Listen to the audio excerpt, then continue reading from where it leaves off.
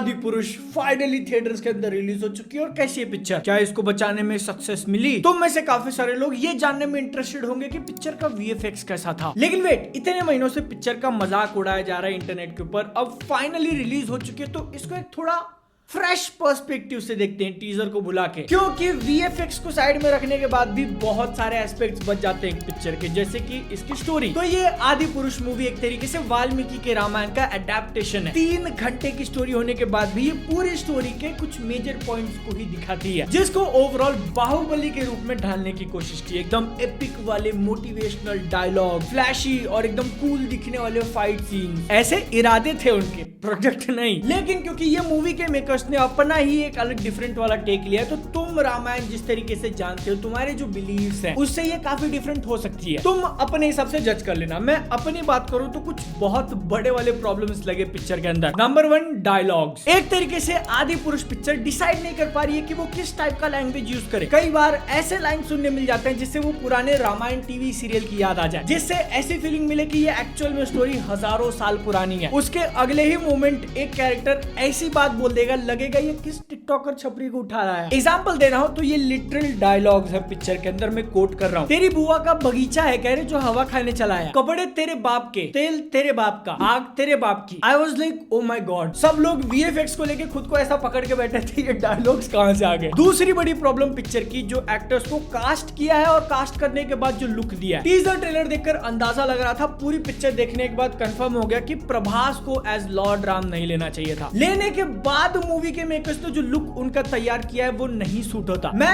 ऐसा नहीं बोल रहा हूँ कि प्रभास को एक्टिंग नहीं आती, लेकिन कुछ रोल्स होते हैं जो कि एक्टर्स नहीं कर सकते। इसका एग्जांपल आगे चल के मैं और दूंगा। टीजर ट्रेलर में उनका ये वाला रूप देखकर फिर भी थोड़ा बहुत आदत सी हो गई थी, लेकिन पिक्चर के अंदर एक फ्लैशबैक दिखाया, ये रही फोटो। इससे ज्यादा मैं कुछ नहीं बोलूंगा, क्योंकि बहुत सारे लोग तो पहले से ऐसा बोल रहे थे और सबका फोकस प्रभास के ऊपर था। तो सुमड़ी में उनसे भी खराब वाली कास्टिंग ऐसे स्लिप हो गई। ज्यादा लोगों की नजर में नहीं आया, लेकिन लक्ष्मण का रोल जिन्होंने प्ले किया है सनी सिंह। कास्टिंग डायरेक्टर कौन था भाई? Saif Ali Khan as Ravan, he tries. और कुछ सीन्स के अंदर उनका परफॉर्मेंस देखकर मजा आया, लेकिन जिस तरीके से रावण को लिखा गया एकदम टिपिकल वाला विलन बना दिया। कृति सैनन एज माता सीता कास्ट करना एक ठीक डिसीजन था, लेकिन फिर उनकी भी राइटिंग, वो जो मैंने डायलॉग बोला ना, क्या रे तू रे, इनके साथ भी है। लेकिन अब तक तुमने इनको ही देखा था, जब रावण की फैमिली को देखोगे ना, मैं कुछ नहीं बोलूंगा, तुम देखो और तुम भी जज करो। क्योंकि अब हम लोग आ जाते हैं प्रॉब्लम नंबर 3, इसका वीएफएक्स। एकदम शुरुआत में ठीक ठाक अच्छा लग रहा था, लेकिन अपने को पहली फाइट दिखाते हैं वो राक्षस वाली। टीजर में जो ये वाला देखा था, अब इससे तो काफी इंप्रूव किया, लेकिन फिर भी वो अच्छा नहीं। शुरुआत में ही एकदम कड़वा वाला टेस्ट देते हैं, फिर आगे चल के जो सुग्रीव वर्सेस बाली की फाइट है, प्ले स्टेशन की तो बात ही छोड़ दो, मोबाइल के ग्राफिक्स उससे बढ़िया होते हैं। और ये चीज अप्लाई होती है बाकी की पूरी मूवी के अंदर, जहां पर भी 2 सीजीआई कैरेक्टर्स आपस में लड़ रहे हैं। कार्टून देखने आया हूं ऐसा लग रहा था। और अगर तुम भी पिक्चर देखने जा रहे हो, हंसी खुशी तुमको निकालना है अपना टाइम, तो एकदम ऐसा प्रो टिप दूंगा कि कभी भी कैरेक्टर्स के पांव पे मत देखना, क्योंकि मेजॉरिटी शॉट्स के अंदर जहां पे ऐसा कांटेक्ट हुआ है जमीन से, शैडो गायब। प्रॉब्लम्स होने वाली है पिक्चर के अंदर, ये अपने को टीजर में पता चल चुका था, और उसके बाद मूवी इन्होंने डिले कर दी। ऑलमोस्ट 8 महीने का टाइम मिला। क्या चेंजेस किए? एक्चुअली सच बोलूं तो वहां से डेफिनेटली इंप्रूवमेंट हुई है। और ये मूवी अपनी बहुत सारी कमियां छुपाने के लिए दिन के शॉट्स को रात में कन्वर्ट कर दिया, क्योंकि रात में शैडोज का कोई टेंशन नहीं, और जब तुमको कुछ दिखेगा ही नहीं तो तुम समझोगे क्या। हाँ, मैं मजाक नहीं कर रहा हूँ। 80% मूवी या तो रात में होती है, या फिर वो डस्क वाला टाइम होता है ना, जब सूरज एकदम ऐसा उग रहा है या फिर डूब रहा है। और क्योंकि मूवी के मेकर्स ने ये डिसीजन लिया दिन वाले शॉट्स को भी रात में कन्वर्ट करने का, तो जो एक्चुअल फुटेज उन्होंने शूट किए हुए थे प्रभास के, बाकी सारे कैरेक्टर्स, उनको भी पूरी तरीके से चेंज करना पड़ा, जिसकी वजह से कुछ शॉट्स में एकदम ओवर प्रोसेस्ड लगते हैं। वो कई सीन्स में नोटिस करना तुम, प्रभास का फेस बहुत ज्यादा डार्क और बहुत ज्यादा ग्रेनी लग रहा है। एक चीज मेरे को बिल्कुल भी समझ में नहीं आती, और ये बात सिर्फ आदि पुरुष तक लिमिटेड नहीं है, बल्कि रिसेंट एग्जांपल भोला ले लो। बार बार ये डिसीजन लेने वाली गलतियां क्यों होती है? मूवी का बेसिक वीएफएक्स ठीक नहीं होता, लेकिन फिर भी 3D में बनाना है क्यों?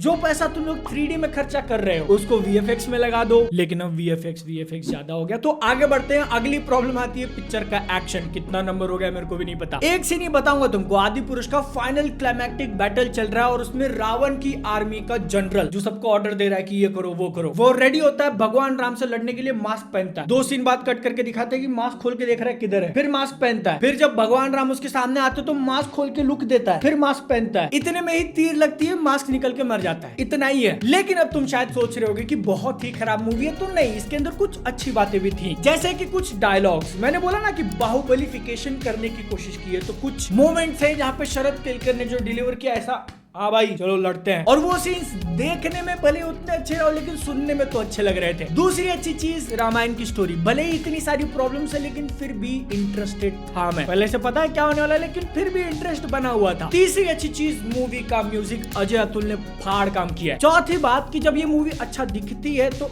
एक्चुअल में अच्छा दिखती है, पूरी की पूरी खराब नहीं है। डेफिनेटली कुछ ऐसे ठहराव वाले शॉट्स थे जहाँ पे कैरेक्टर्स और बैकग्राउंड काफी अच्छा लग रहा है, और जो इतना 3D किया जा रहा था, मैंने इसको 3D में ही देखा, उसको भी बहुत हेवीली यूज किया है, फोरग्राउंड और बैकग्राउंड का जो सेपरेशन था। तो अगर तुमको ऐसे मूवी देखने में मजा आता है तो अच्छी बात है, मेरी आंखें दुखने लगती है थोड़े टाइम के बाद। फाइनली मूवी के मेकर्स ने कहीं ऐसा स्टेटमेंट दिया था कि ये आदि पुरुष उन्होंने यंग जनरेशन के लिए बनाई है। तो अगर तुम यंग जनरेशन में से हो, तुमको रामायण के बारे में कुछ भी नहीं पता, क्या आदि पुरुष से जाके तुमको रामायण सीखनी चाहिए? नहीं ना, because this is not the Ramayan we deserve. ये ज्यादा बेटर रिप्रेजेंटेशन था। लेकिन अगर तुमको इतनी ही VFX हेवी कोई एक अच्छी मूवी देखनी है तो फिर ये वीडियो चेक कर लेना, थिएटर में कल ही रिलीज हुई है। मेरी बातों से अग्री करते हो तो चैनल को सब्सक्राइब कर देना। मैं मिलता हूँ अगली वीडियो में। जय हिंद, वंदे मातरम।